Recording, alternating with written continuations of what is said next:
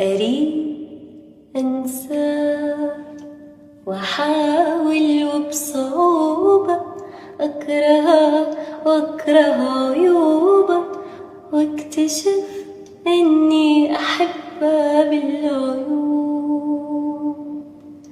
وكيف أنساه وكان أجمل كلامي حتى فاهم انفصال